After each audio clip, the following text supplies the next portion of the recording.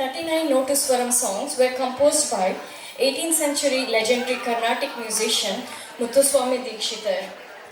Inspired by Irish and Scottish musical notes, hence the name Notuswaram, and the melody is very close to our Carnatic music Shankarabharana Ragam, thus representing a great fusion of Western and Indian traditions of music.